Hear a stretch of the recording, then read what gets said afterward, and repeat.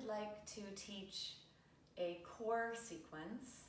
This is a really quick and deep way to strengthen the anterior chain, the front body, the posterior chain, and the lateral chain. Posterior chain is the back, lateral chain is the sides. And this will work on many muscles at once, so it's a very strong practice. It is the plank pose, side plank, and bridge pose. So the two props you'll need for this are a block, and it's okay if you don't have a block. You could do this without the block, and a blanket. So let's begin. Bring the blanket to the floor. This is good for the knees. For many people, being on the kneecaps is too challenging and painful. So let's do this. I like to make most of my yoga practice, if not all of it, be about breaths as opposed to time. If you'd like to see how many breaths you take in 30 seconds, time yourself. Set the timer for 30 seconds, take some deep breaths, and see how many breaths you take in a 30-second time.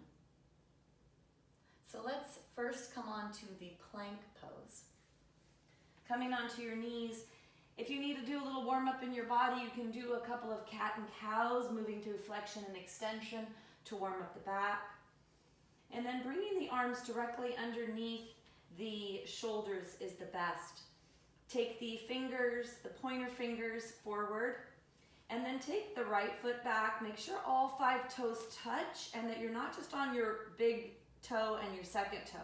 Try to get this nice connection of all the toes and let the feet bend here. And then we're going to do 5 breaths. I'm going to do 5 breaths in plank, and then we'll move on to our next pose. So take a big inhale, and then contract your core, press your belly button to your spine as you come into your plank, reaching out your head, reaching out your heels.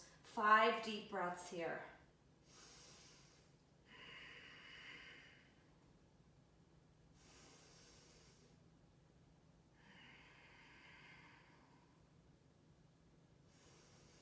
Press your hands into the floor, push your feet into the floor, and draw them towards each other, activating those deep core muscles.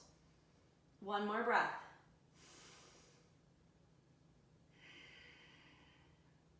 We're going to move into our side plank. Take your big toes towards each other, and then roll onto your left side. Pinky toe edge of the foot's making contact.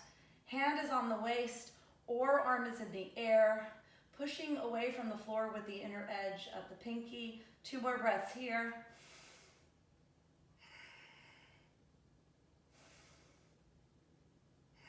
Let's come to the other side. Take your hands down onto the floor through plank. Rolling onto the pinky edge, arm in the air, 3 breaths.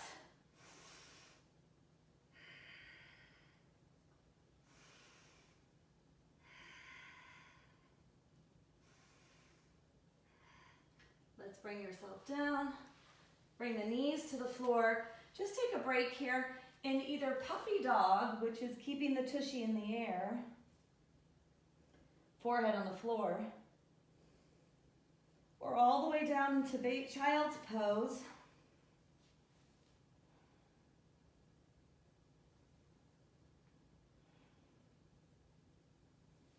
And then bringing ourselves up, we'll come into our dolphin plank, taking the upper arms, upper body out of this, using a little more of the core here.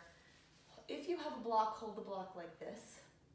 And if you don't have a block, you could take your hands, you could fold your hands, and then the pinkies take one inside of the other so that it's an even pad that you create. Take the block. Let's bring the block forward. Forearms are underneath your shoulders.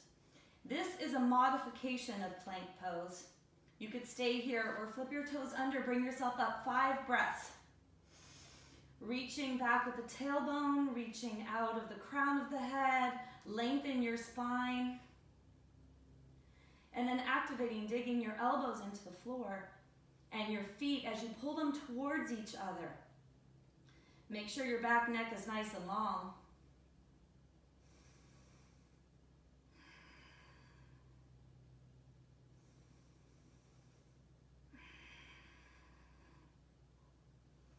Finishing up your last breath. And then go ahead, let's lower down for a second.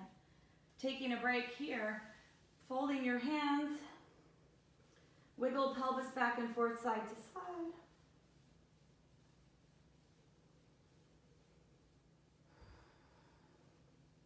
And then we're going to roll onto our backs to do our bridge pose. So you can leave your pelvis, if you'd like, on your blanket. Walk your feet closer to your body. Take your arms down alongside your body. And then start to move the shoulder blades closer towards each other, towards the spine. Press your feet, all four corners of both feet evenly, and the arms. Inhale. And then as you exhale, pushing your feet into the floor, let your knees move away from you, lifting the pelvis up. Lengthen the back neck, chin is down towards the chest. The weight comes into the upper back, not into the head and neck. Moving the knees away from you. Arms can stay straight, pushing into the floor to help lift up the upper torso, the rib cage area. Or you could bend the arms, use the upper arms to help activate that extension in the upper spine, pushing the heart up towards the sky and then towards your nose. Reach the legs away from you, 5 breaths here.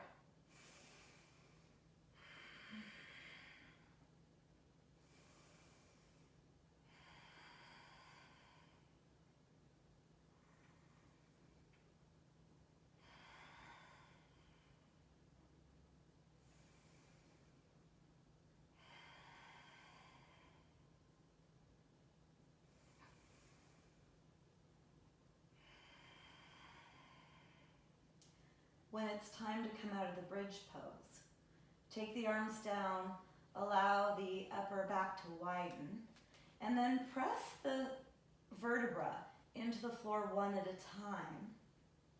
When you start to get closer to the belly button, come onto your tippy toes, lengthen, add a little tilt, backwards tilt, posterior tilt in the pelvis, press the belly button to the spine, try to let the lower back touch, and then eventually the pelvis.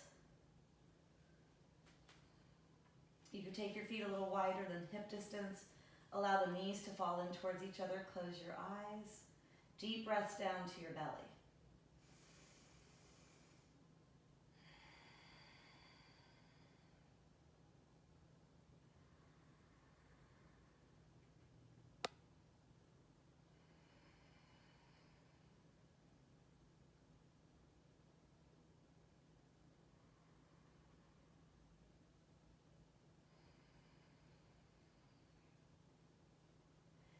And then you're going to roll on to a side.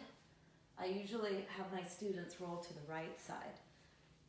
And if you prefer left, that's fine. And you do what is best for you. Sometimes people have hip issues and it's hard to rest on one side. So whatever's easiest for you. The important thing is here, we don't want to lead with our head. We don't want to use our back muscles to pull us up. We want to use the chest muscles to push away from the floor. So take your hand down on the floor in front of you. And then you can also use this upper leg to help move away, to help you come up. So as you inhale, draw that knee in. Then as you exhale, you're going to push with the hand, pushing yourself up to a seated position. And that was a really great, strong core series, strengthening the whole perimeter of our trunk. A lot of postural support muscles were utilized in that little series. Thank you.